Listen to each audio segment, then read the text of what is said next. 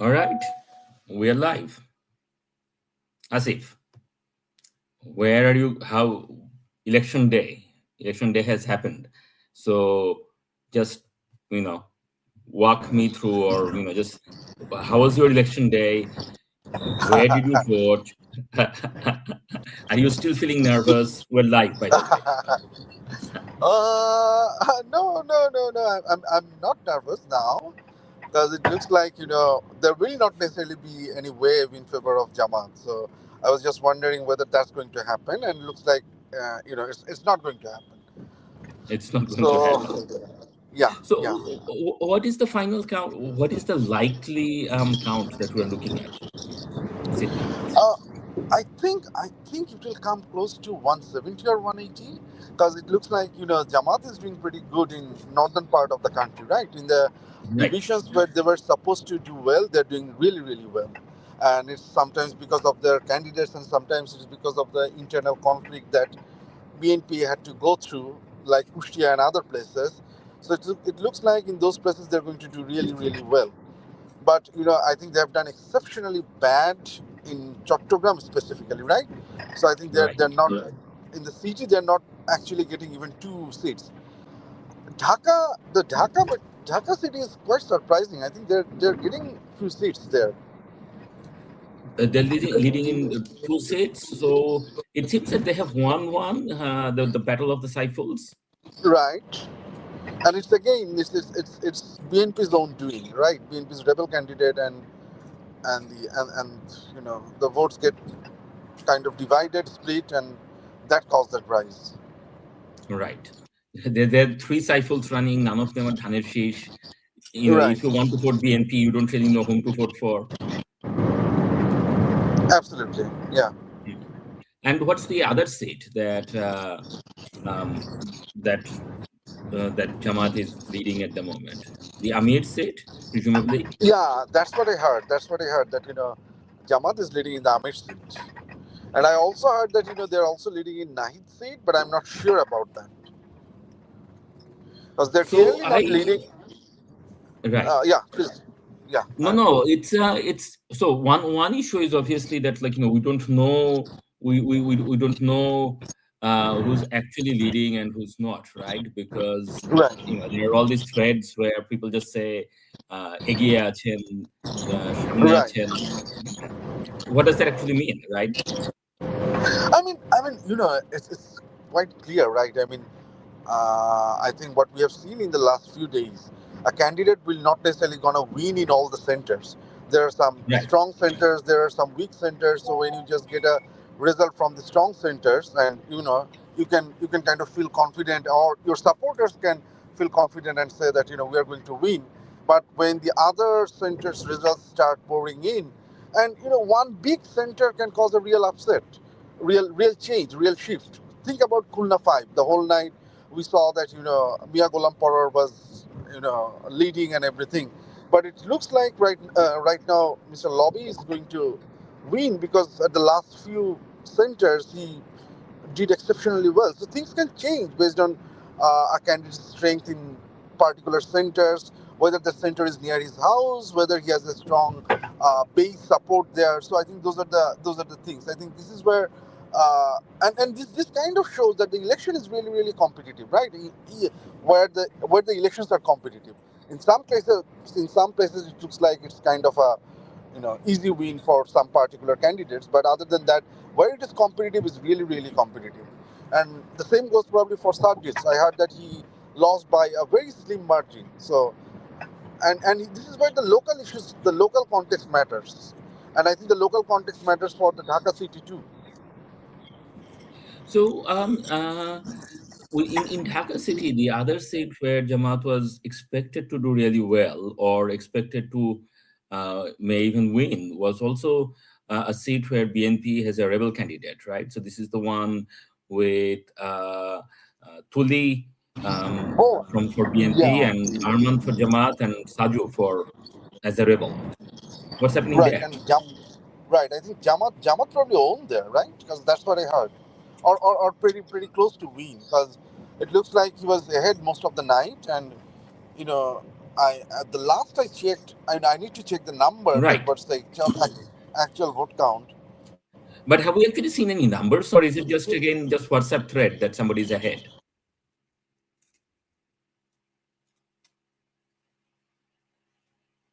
Asif, are you there?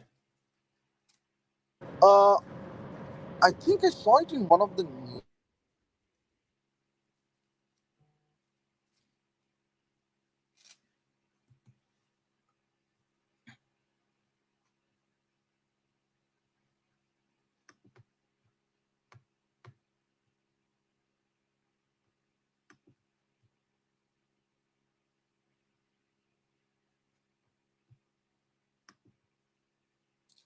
Asif, we are probably having difficulties on your connection.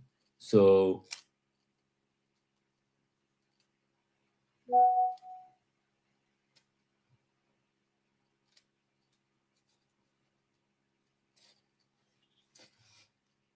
so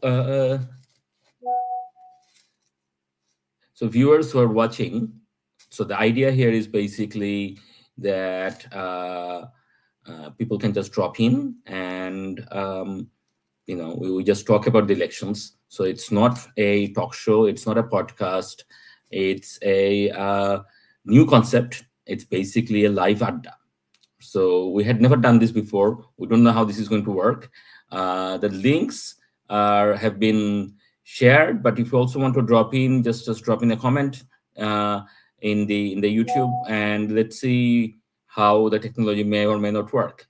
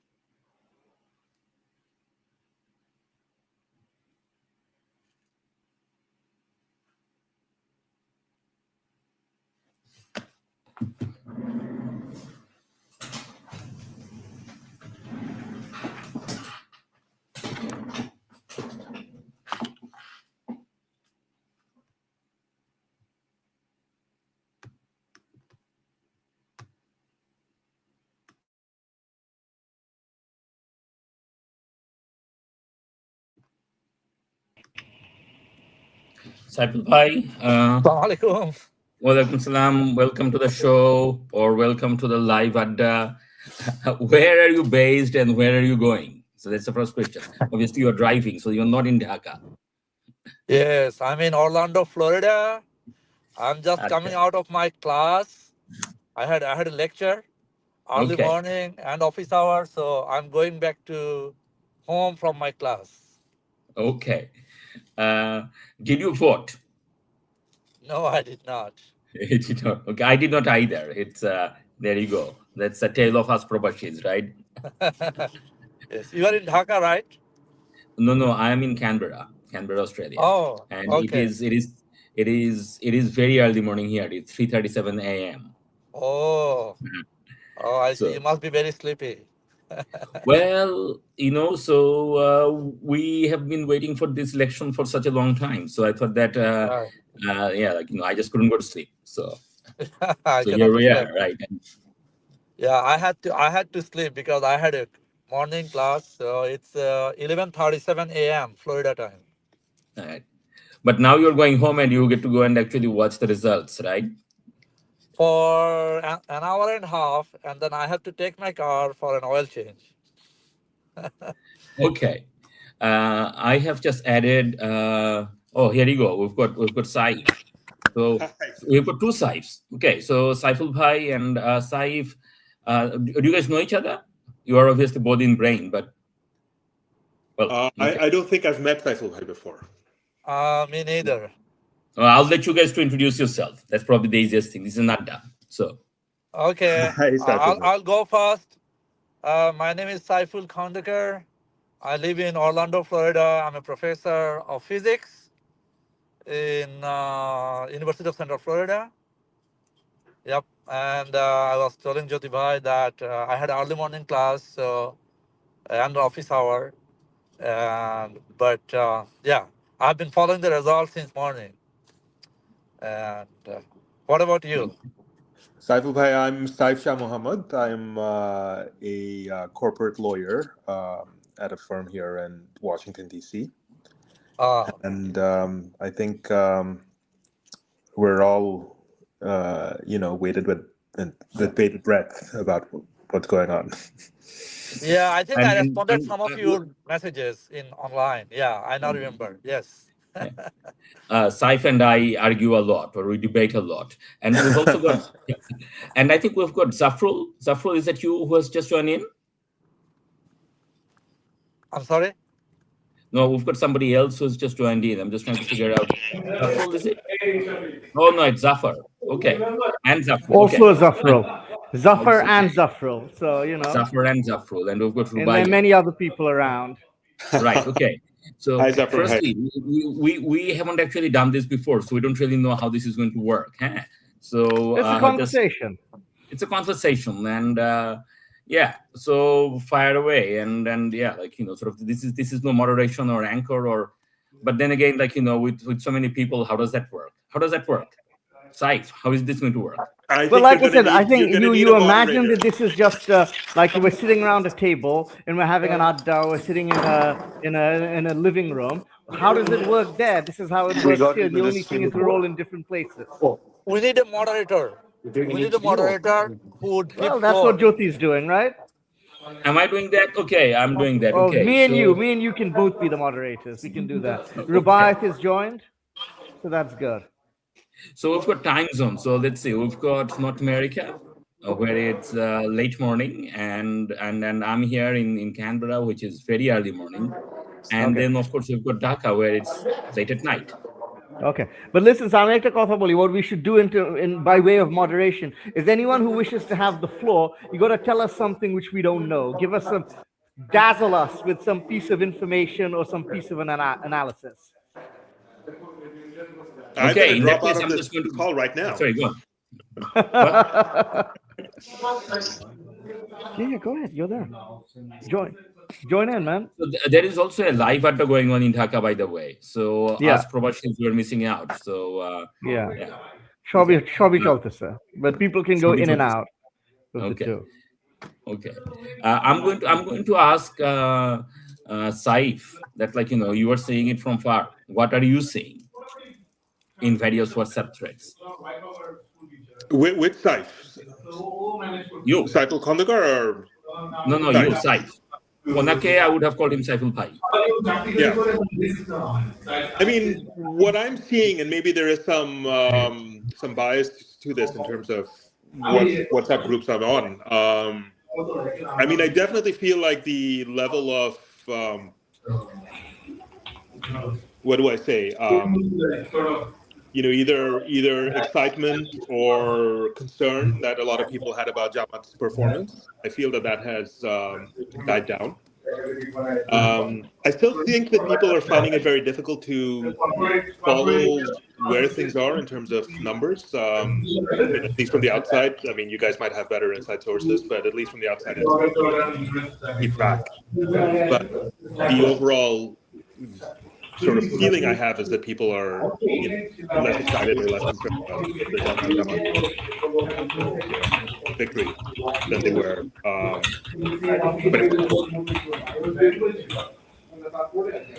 Yeah, so that is a good point that people are finding it difficult to understand where the numbers are. People are finding it very difficult to know where the numbers are. On that, so our numbers guy is Rubaiyat. So I'm going to go to Rubaiyat, and he has switched off his video and mic, but I'm hoping he's there so that he can tell us what the numbers are at the moment and where we can find them, other than these various WhatsApp threads where it's hard to tell, what is a real number and what is just some random noise people are sharing. So Rubaiyat is just joining us. He was charging his phone briefly. But yeah. Okay. Before Rubaiyat Yeah, says, let I'm me here. make I one have to point about charge my Jamaat, phone. and then I'll pass it on to Rubaiyat if I may. I think one of Sure. the interesting things is that Jamaat may actually be suffering from these high expectations they had. It got to such an area, such a situation that people here in Bangladesh, certainly in the tri-state Gulshan Bonani Bayadara, were worried that we were going to actually see Jamaat come to power. We heard many people talk of that. That being the case, if they end up getting 60 seats, let's say 50, 60 seats, instead of that seeming like a victory, it might look like a bit of a defeat. Yeah. So that's something to bear in mind. I am Anyway, little Rubaiyat, over to surprised. you. I'm little surprised that Bobby Hajjaj is getting beaten, by Mamunul Haq. I mean, it shows neck and neck. So that is a little bit of surprising, and I think Why does that NCP Jamaat surprise did you? pretty well in Dhaka. Bobby's a friend, and I'm very much hopeful that he would win. But that was always going to be a tough race. Yeah. But from the WhatsApp and everything else, before Rubaiyat Bhai comes in, it looks like PNP will definitely win majority. But the question is how much? How big is this? That's my feeling. Reading, since morning, watching and all the thing. I don't know who else shared this. So I'm still trying to fix my phone, but coming quickly, I think the results are settling so well with Innovation's polls. Victory lap. So we got Jamaat at 31% locked for three consecutive rounds, and we now see that they are at exactly 31.37%. We got NCP locked in now round two at 5%. We see that. Uh, there was a 10% margin between Jamaat and BNP, which is now Jamaat NCP and the BNP alliance is, I think last time I saw, is around 10%. We called 46% versus 36%. Jyoti Rahman can confirm. We were doing some simulation exercises, and we were very confident about 10 to 12% margin at the national level. We are getting 46%, 36%. Then the question was, okay, how it will work out on seat counts. And there we had one assumption that Jamaat will win a lot very close and lose a lot very close. And actually, what you can see, we are just hearing that Lobby, he won just by 1,800 votes, I think, against Kolam Parwar. And Sarjis lost by around how many? 1,000 votes or even less. So uh, this is very interesting because what we are seeing is that indeed there was a surge. And if you look at and compare with our previous election, 2008, which we can use as a baseline, BNP had 37%, if I'm not wrong. And so they added 10% from their baseline, while Jamaat added more than 20% from their baseline, or in fact, it would be around 25%. So we actually did see a surge in Jamaat votes, which is what amplified in the social media that we were seeing, okay, where is this Jamaat vote coming from? Voila, you have 25% hearing more Jamaat and only 8 or 10% more BNP that you are hearing. And that's exactly what we are seeing now in the national result. So I think it's a fantastic election. It's a great election in terms of electoral analysis that went into it, in terms of political analysis that went into it, and also in terms of the kind of social fabric that we tried to understand. I'll pause there.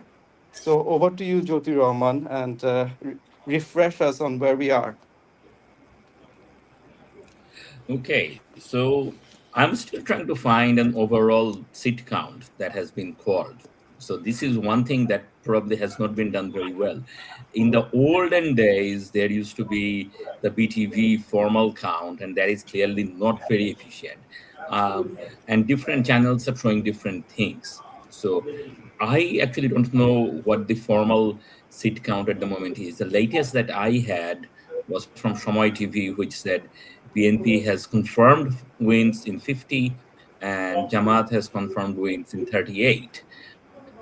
That may sound very close, but this is because, as Rubayat was explaining, Jamaat has, it has concentrated victories. It's not a nationwide party. It has won in certain districts and so on. Yeah. Right? So there's a whole bunch of states where BNP is ahead, but we don't know exactly how many and where they are. So that's the big picture. And then after that, if we actually look at various big ticket names, so far there hasn't been any big losses from BNP. So all the people that you would expect to win have won. So for example, um, uh, actually, yes. So all the people that we have expected to win have won. So, for example, Tariq Rahman has won. Mirza Fakhrul Islam Alamgir has won. Amir Khosrow Mahmood Chaudhary, and so on. So all the big names that one would expect has been confirmed. But but then again, nothing confirmed yet, right? From the Jamaat side, I don't know if the Amir, Dr. Shafiqur Rahman, has formally won. I haven't seen that, but in various WhatsApp threads, it said he's ahead.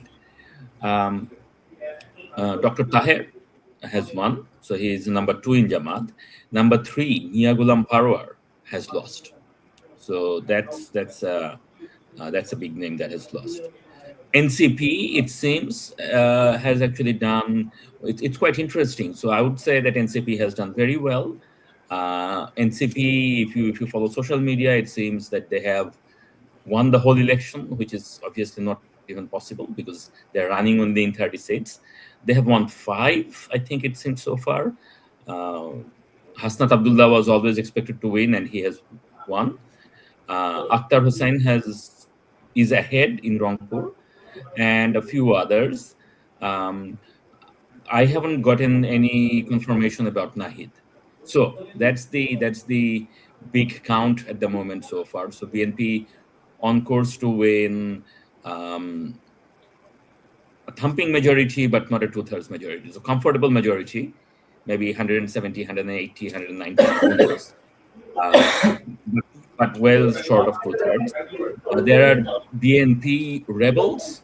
Notable BNP rebel that has won is Rumin Farhana in Brahmanbaria.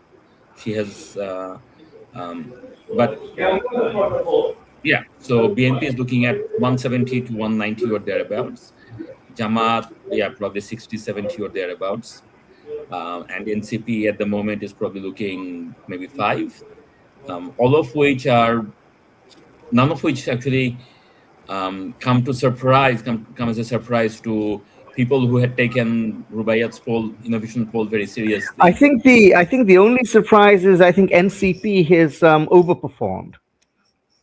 I would say. You could say that. You could say that. You could say that. And Yeah. then of course it's interesting to speculate as to how much of that has been on their own steam and how much of that has been because they're in an alliance with Jamaat. But I think that's certainly there was a lot of criticism they faced for allying with Jamaat, and they said, well, it's not an ideological alliance; it's really just a strategic electoral alliance.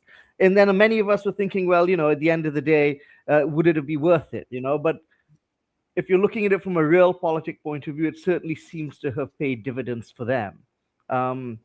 That's going to be, I think, interesting because I think there were many people who were thinking that they might get wiped out. They thought maybe Hasnath would win, but perhaps no one else. And now that seems as though they will have overperformed that. I think the NCP have the opposite advantage of Jamaat in a sense that near the end, people expected the Jamaat to do so well. Even a good showing by the Jamaat will seem as though they have underperformed. And people had such low expectations of the NCP after all the polling that even a modest showing, 4, 5, a half dozen seats, would actually seem to be like a big victory for them. No, that sounds spot on. Does anyone have any new numbers?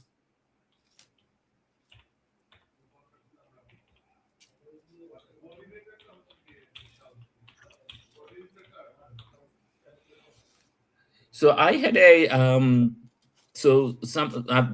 one of the WhatsApp threads I saw a quip about Dhaka 17, that the fear of Jamaat winning took the old money elites, not looking at anyone here in particular, to get out and vote for Dhaneshish first thing in the morning, and probably first time in their lives they took rickshaw.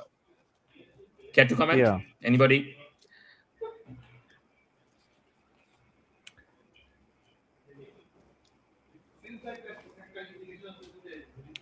So what do you guys think in the big picture sense? What does the election result mean? Well, actually, there's one last thing I'd like to sort of discuss on this, which is the turnout. And that's something which has surprised people. Okay. It's now looking as though it's going to be maybe 54, 55%. Okay. That's the number I'm hearing. And we just had this discussion internally just now. We have offline discussions as well as online. How much of that can be explained by Awami League not participating? And our feeling was that much of it can, but not all of it. Right? But we don't know. Of course, we don't know if it could account for 100% of the reason. Or has something changed? Are we really, have the days of seeing 70, 75 plus percent voter turnout, are those now gone? In that even if Awami League were to participate, let's talk hypothetically in a 2031 election, are we now looking at a new normal of Bangladesh having maybe 60, 65% voter turnout? That's something worth thinking about. And if so, why? What would be that? But India, for instance, had 55% in its last national election, if I'm not wrong. And that's much more normal in the world.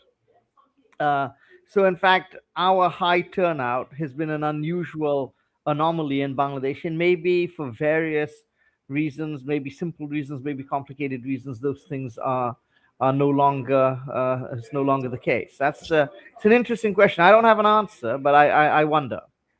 I have two observations, if I may. Well, okay, so I sorry, yeah, go on.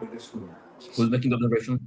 Sorry. Oh, yeah. So, number one, in terms of the Yes. turnout, I believe the turnout is lower compared to the average because of AL lack of participation. So, that's what I also feel.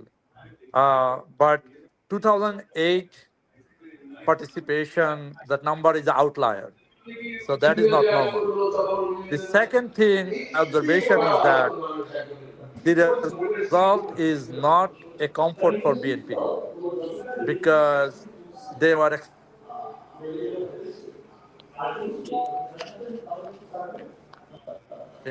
that July, August, the result would have been different. So I think BNP need to analyze why did So if we why they did not do that well in comparison. I mean, and that otherwise there could be other surprises in the future, in my opinion. I think other Saif has his hand up. Saif, should.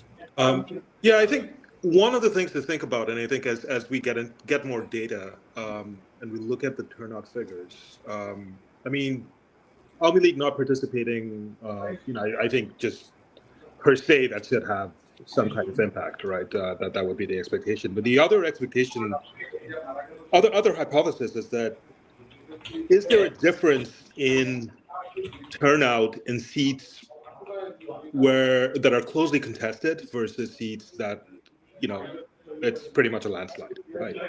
I mean, if you look online, the expectation was that, oh, this is going to be a close election, but when you sort of dig one level further down, I think there were a lot of seats on the table where there wasn't an expectation that it would be close, right? And to the extent that that it's not going to be close in your seat, as a voter, do you think that you are or you aren't going to show up, right? When you actually have some weight that's going to be put on your choice.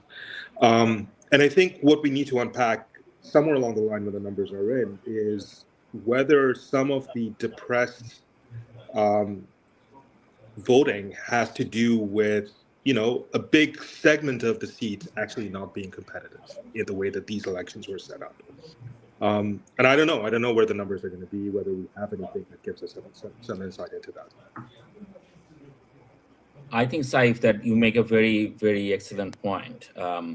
So if that conjecture is true, then we would see very depressed turnout, or relatively depressed turnout in Dhaka compared with Rajshahi, right?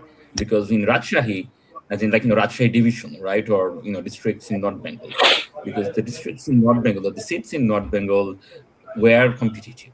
Jamaat was making a big push, and BNP was defending a lot of seats, so to speak.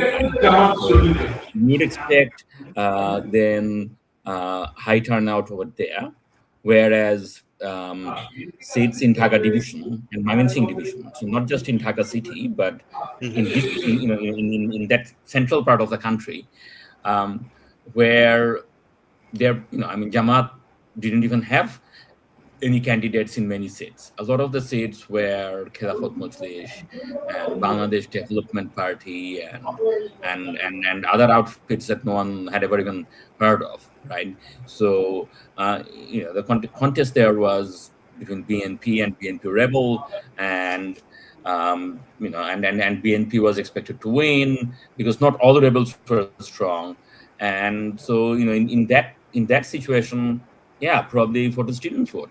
And I think, again, we need to look really into the numbers, but there is probably something into this because um, the turnout, I think, was in fact lower in Dhaka division compared with North Bengal.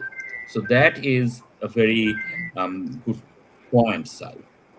The other thing so I just did some back of the envelope numbers, right? So if the Awami League absence is, let's say that is the key factor, okay? So if we think that the baseline participation should have been something like 75%, okay, because that's what we had in the 90s. So in 96 and 2001, turnout was 75. This time the turnout was 55. So you have, for every 100 people, there were 20 Awami Leaguers that, that's the difference between 75 and 55, right?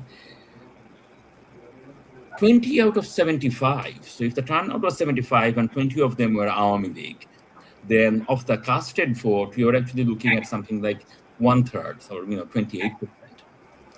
And if you believe that, then that is essentially saying that Awami League support is not that low. Awami League support of 2018 and 91, Awami League won about 30% of total votes. So basically what that is saying is 18 months after July, Awami League support is where it was in 1991, as in, it's got its Asha, base.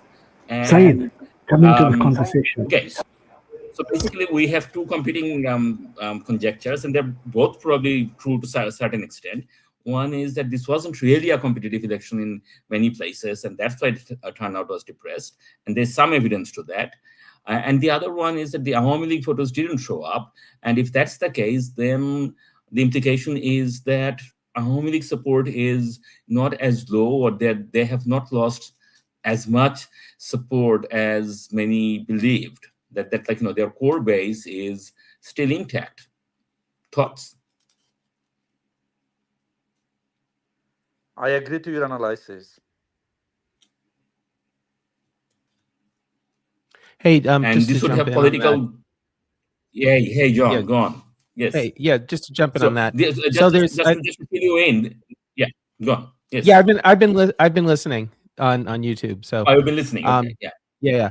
yeah. Just on that, I think it's a good question, but there's two sides to it. One is, to what extent has the Awami League retained its support? And then the second is, to what extent did anyone else actively try to gather that support? So it may have been less that people are motivated by the loyalty to the Awami League and just the fact that they still haven't found a home yet. So again, in a future where political competition continues, it'll be interesting to see what happens to whatever that base is. And hello, everyone. Yeah. Yeah. Yeah. That is also a very good point. Could I? See, the sound isn't working. The sound isn't working. Whose sound isn't working?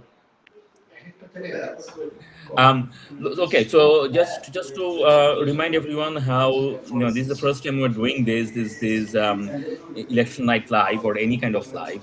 So if I could just request people to quickly introduce themselves, who they are and where they're dialing in from, and then yeah. So for example, well, I believe most of us know each other, but some people may or may not. So John, just uh, pushing you a little bit more on that. Um, how do we know whether it was that the Awami League people had not voted because no one reached out to them, versus that they are true Awami League and they? I mean, what would we know? What kind of behavior would you? Yeah, how would we know? Basically, that's the question. Yeah, no, it's a good question. I mean, I wish there had been some exit polling and some way to determine that. Maybe there'll be polling after the election to ask people that question of, if you didn't vote, why didn't you vote? Again, that would be useful information to have. But I think the broader issue this points to is, I always thought that the turnout was going to give you a proxy for how much support the Awami League still has. So again, if you have support in the 50s, then I think that does give an argument that there's still a significant percentage of the population that has that inclination. I don't think it undermines the legitimacy of the election, but it raises some questions. What it will hopefully do, though, is it will spur more discussion of this whole issue of truth, healing, and ultimately reconciliation. And presumably this will be one of the priorities, maybe not the top priority, but it'll be something that the next government will have to do. And all of the parties included something in their platform on this. So what I would suspect will happen is that there will be some process of, you know, individuals in the new government reaching out to elements, from the Awami League to have a discussion about what the future holds. And ultimately, I think this is a good thing for Bangladesh.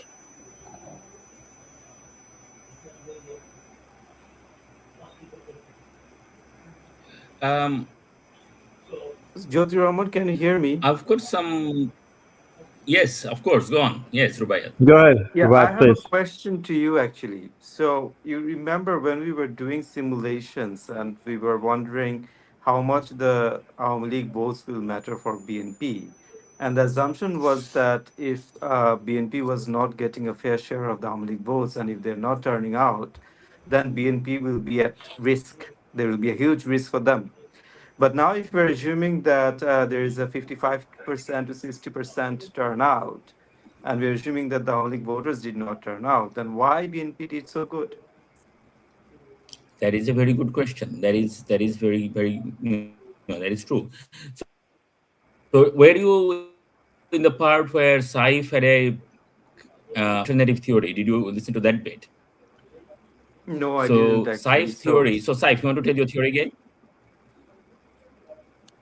So the theory basically was that in competitive, I mean, setting it up as a hypothesis to the extent we can for our data going forward, to the extent that it is a competitive seat, you would, if it's an uncompetitive seat, you would expect there to be less turnout, just because people have less of an incentive to vote. If you know what the result is, and you know that your vote is not going to really make that much of a difference to the outcome, then the chances are that you will not show up, even though you might otherwise be inclined to show up in a competitive setting, right? The thing to look into is whether where we have a landslide or there was an expectation of a landslide, particularly from my perspective outside of the urban areas, whether the numbers actually show that there is a depressed turnout. If that is the case, I think you would, there's less to arguing that, the 45% gap that we have of people not showing up, or the 20% gap that we have of depressed turnout, that really fully represents Army League's vote and more represents sort of just the way that the elections have been set up, and where you do have one party that is dominant and was expected to win in big chunks of. So I have a theory actually. We need to measure this in the future.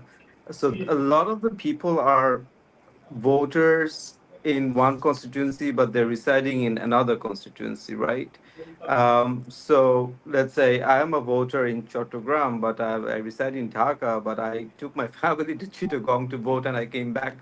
I flew back to Dhaka in the midday.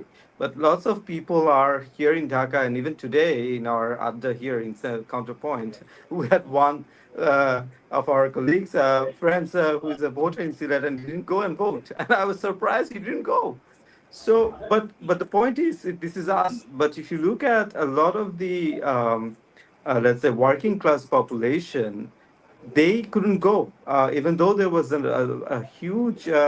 We saw in TV and we saw in social media people going on train and buses to their villages to vote.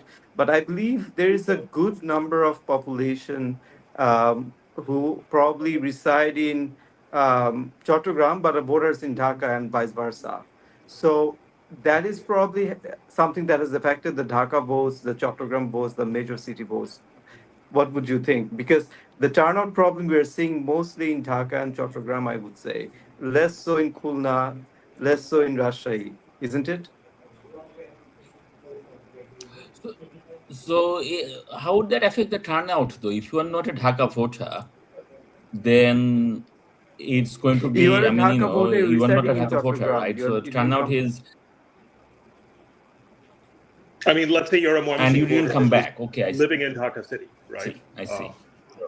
And I think what Rubaiyat is saying is that a segment, a portion of the depressed turnout is owed to the fact that there just is a larger proportion of the population that actually now is residing in Dhaka, but is still registered wherever they are. And the Right. same with the But Dhaka but voters. but that is always present in every election, right?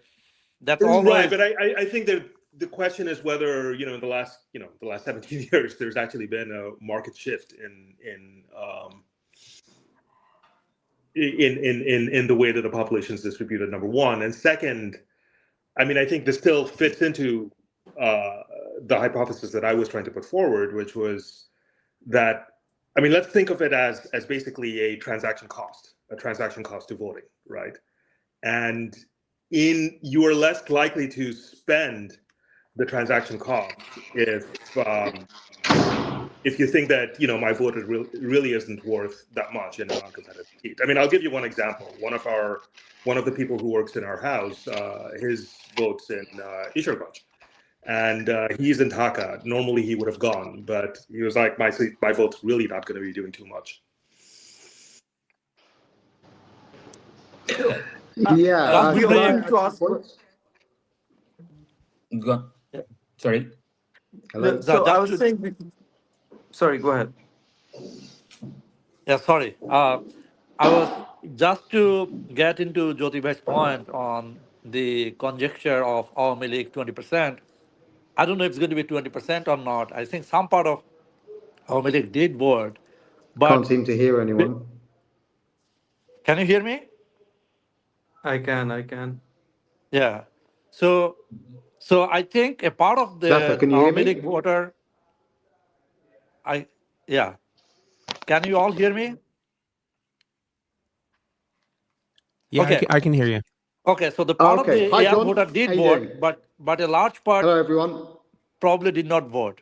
And I think there are a couple of points about turnout that are interesting, and I think you should take international reference points. So if I go back to the 2024 UK election, that had barely 55% turnout.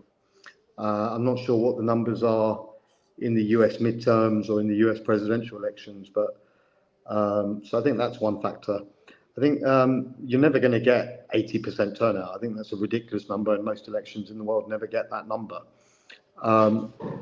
There is undoubtedly an impact of Awami League voters, some Awami League voters staying away. But let me give you a qualitative example. Mulavi Bazar 1, which is my district in Sylhet. My village used to spin Awami League for 17 years, 3 elections, and probably naturally so. But that has gone convincingly to BNP, and the 50 or 60 family members I have in that village all voted for BNP in this election. So I don't think it's been a mass boycott by Awami League, but they obviously do have their diehards, which are about 15%. So if you add that 15% onto the 55% turnout that we're projecting, that takes you up to 70%. And that would be very, very healthy in any national election anywhere in the world. But again, let's get the real numbers, and I'm sure people like Rubaiyat and others will analyse that and give us more accurate bits of feedback. The other point I just wanted to raise was I think that, I travelled a lot during this election to parts of very religious conservative Sylhet, very religious conservative Chittagong, in the Bandarbans, in Rangamati. I went down to Noakhali, to Dinajpur. And the mistake a lot of people were making about the conservative religious people of Bangladesh is that they're all pro-Jamaat. And they're blatantly not.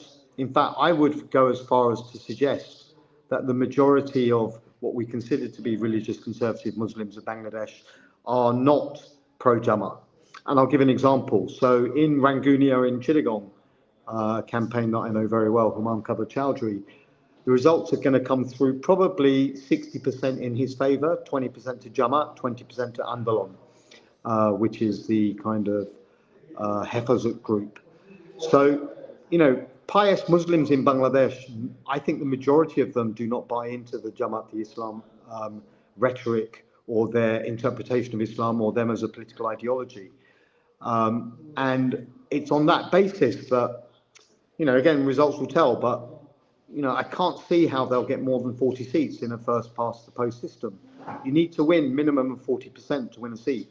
And the point I've made many times to Zafar and to others, in the last UK election, Labour, with only 34% of the national vote, that converted into 67% of parliamentary seats in a first past the post system.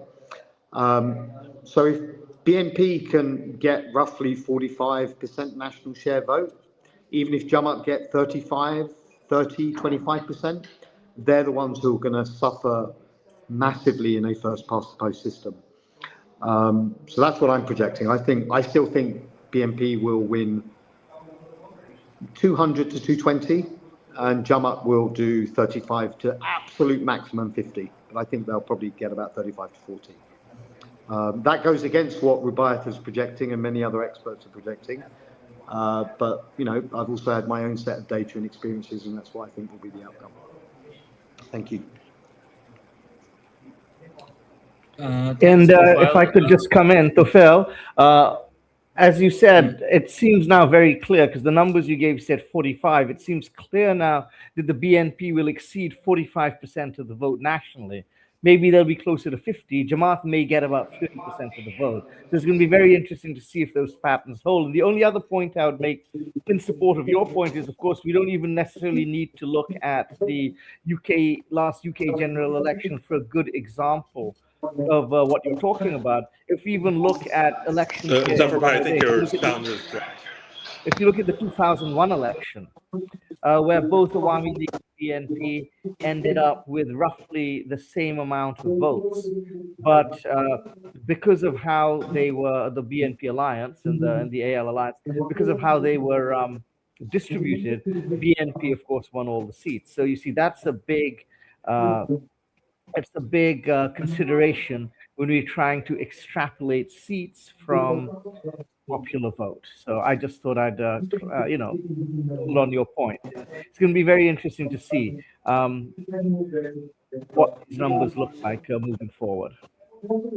So we do have some numbers, and one thing that is possibly a surprise is the strength of Jamaat in Dhaka.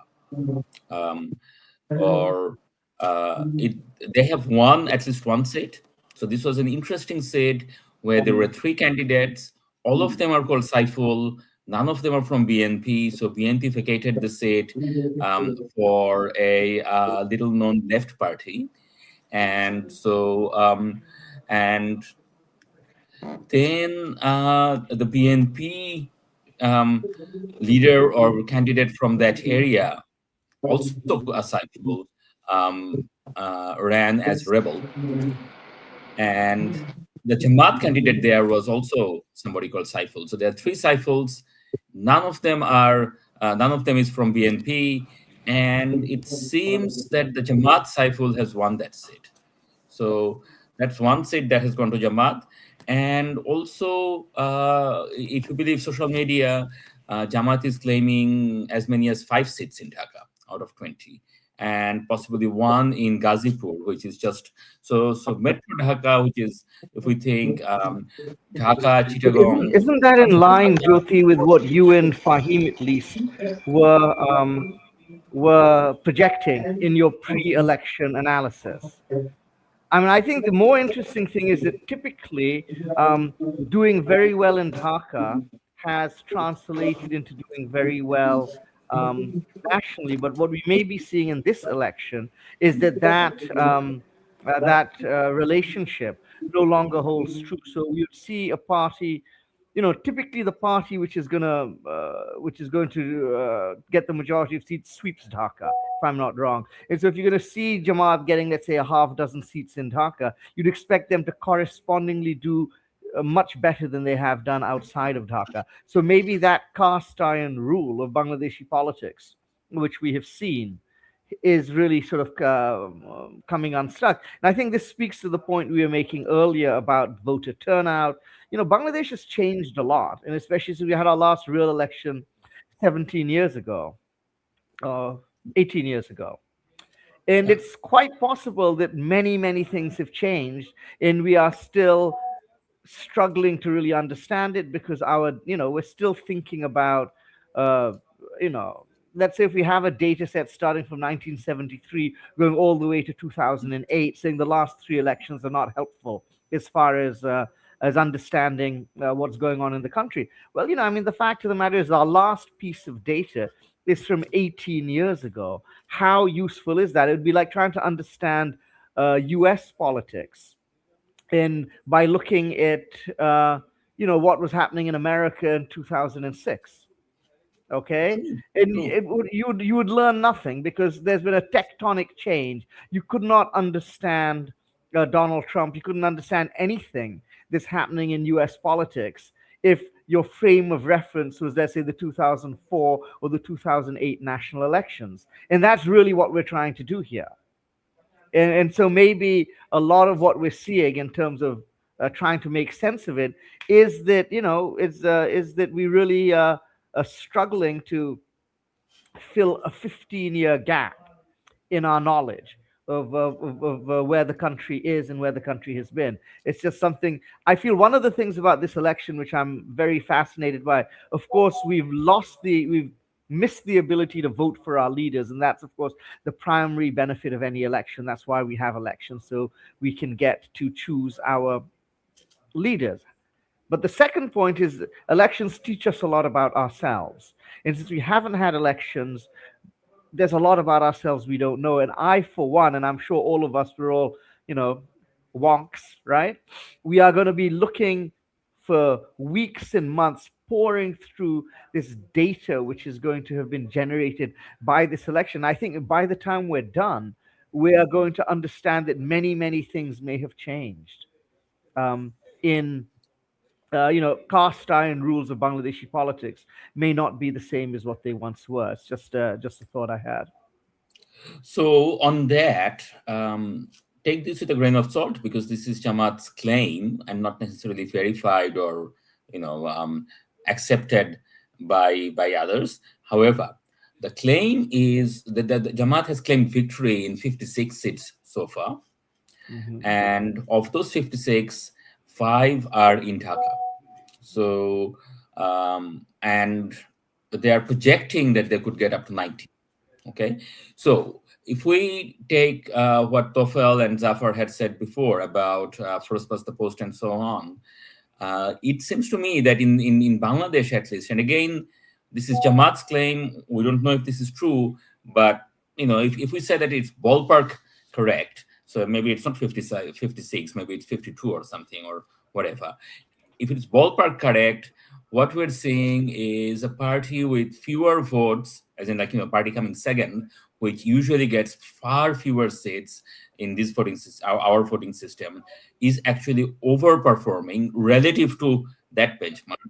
But also that the party that is winning and winning quite comfortably has lost a whole bunch of seats in Dhaka. So the rule here is it's just not that the parties win. It's a party that wins 5-6 seats in Dhaka should win. It's more than that. It is that historically, Dhaka has always voted in wave to the winner. Okay, so whoever wins everything in Dhaka. That had been the historical thing.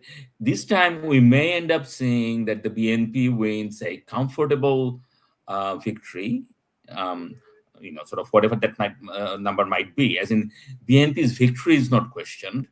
Jamaat has come second, that is not questioned. But this party that has come second has won a sizable chunk of seats in Dhaka. That has never happened before. So that might be, sort of one big shift. Could be.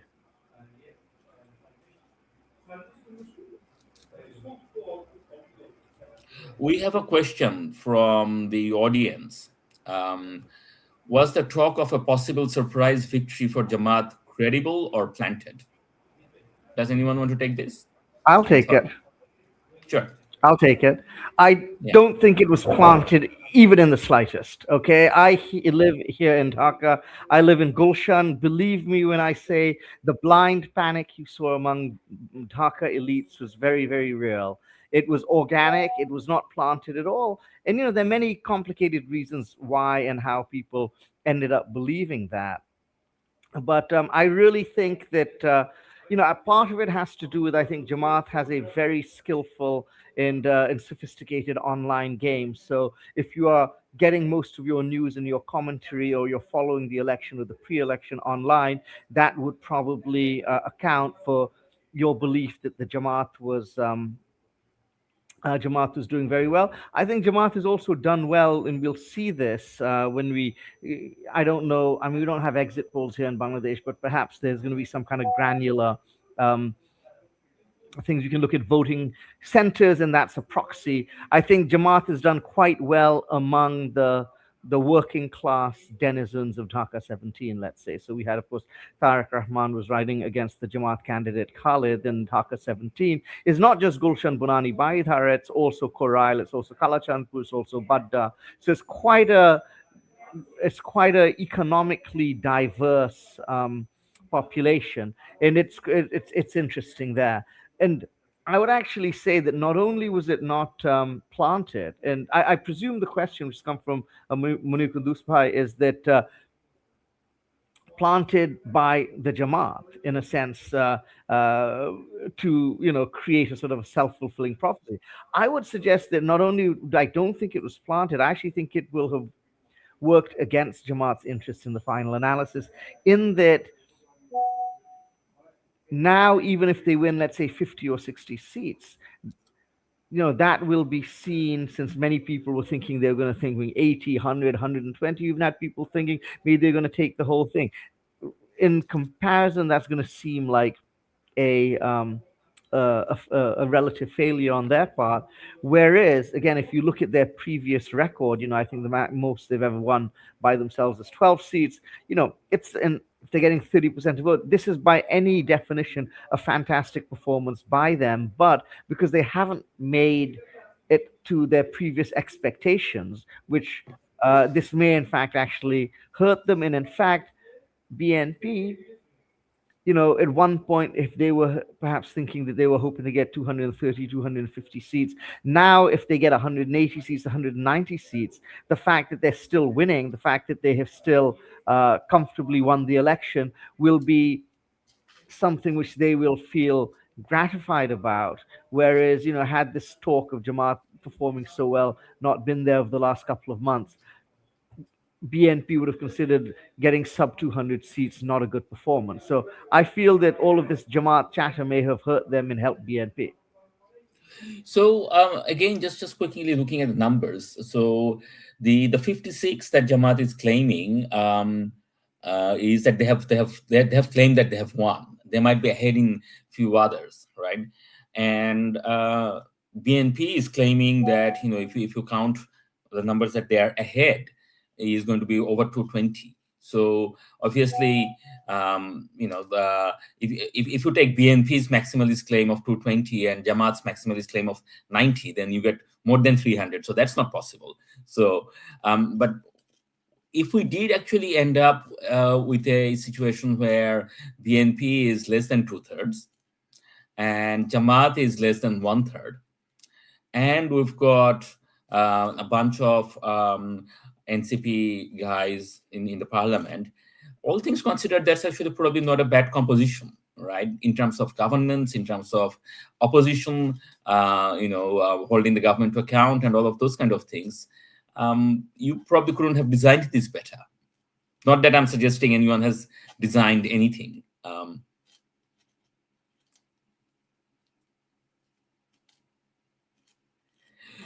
So we have been online for about an hour. I think we're going to draw this probably to a close. Those of you who are in Dhaka, enjoy the adda in the office, or and watch the election together. I wish I could join you there. Those of you who are joining in from other parts of the world, this is the election that we had been waiting for so long, and it has happened. One other thought that I think John had mentioned before, a culture that Bangladesh desperately needs is a concession speech. And that is something we had never seen. No party in our history had ever accepted defeat. To the extent that I know the point Zafar has made, and that is well taken, which is that a very good performance by Jamaat may seem like a disappointment to them, but in reality, Jamaat has gone from being a party with 10% vote, 18 seats maximum, to a party with 30% plus vote as the main opposition party, whatever that final number may be, whether it's 56 or 96 or whatever it is a very strong performance. Hopefully, and they had never won in Dhaka, and now they may have 5, 6, 7 seats in Metro Dhaka. So one would wish, it would be good for the country, for the party, for democracy to have a proper concession speech. And I'm hopeful because the very first seat that was announced was in Sulamganj, which was contested between BNP's Nasib Chaudhuri and Jamaat's Shishir Monir. Now, Shishir Monir is not your traditional Jamaat in the sense that he had not come from the party apparatus. To put it bluntly, he did not he's not a bearded fellow. He doesn't wear the traditional the Punjabi and tupi and all of that. He is an advocate of the Supreme Court of Bangladesh. I think he's barrister. I think we call them barrister in Bangladesh. So he's a barrister. It's a little bit different, but he is a barrister. He's a barrister. My bad. He's a barrister. He had represented the party in the consensus commission, very articulate, made a in Sunamganj there is not a traditional Jamaat place. That area, I think, was the former seat of Suranjit Sengupta of Awami League, and before that, a left party. So, sort of for him to make a very strong run in Sunamganj itself was something. And then he had lost, and he had accepted defeat and congratulated Nasir Chaudhuri. Nurul Haq Noor, the VP Noor, as he's called, from Ganodhikar Parishad, has won. In the southern part of the country, he faced tough challenge from a BNP rebel candidate who had congratulated Noor, after Noor had won. So at individual level, this is happening. So one would hope that this also happens at national level, and that would be probably the biggest. That probably would be the most important thing that could happen for the consolidation of democracy. This is something that did not happen in the 90s when Sheikh Hasina had lost unexpectedly to BNP and claimed Chukku right away, and that basically soured the post-election transition from the day one. So let's see what happens tomorrow. Tomorrow is a new dawn in Bangladesh, with election results firmly coming in. So yeah, any thoughts before Zafar or anyone else? I'm just interested. Do you know any information about Tasnim, Zara, and Patwari? So I think okay. So Patwari first. This is when they in the very early hours of results being announced, social media was abuzz that Patwari was winning. He was beating Mirza Abbas. But as the numbers came in, it has become very clear that Mirza Abbas is comfortably ahead and should win that seat. Zara, unfortunately, has not made a strong showing. I personally think that she has done a wonderful job campaigning and has received, a respectable number of votes. But I think so far the numbers look like it's going to go quite comfortably to Habib, the BNP candidate. Yeah, but like I said, the results will keep coming in. It's probably going to be a couple of hours before we really get a full picture.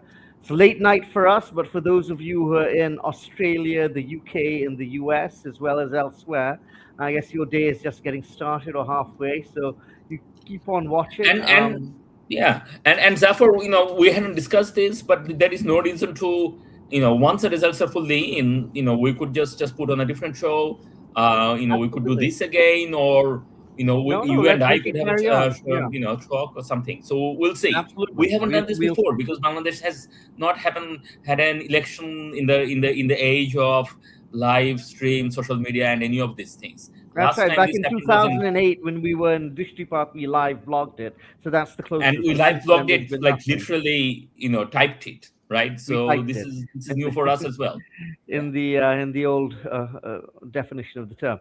All right, everyone. So this is great. Thank you for tuning in. Carry on, share information, and I think everything's going to become very clear in the next few hours. Hey, thanks everyone. Okay, thank you so much. Okay.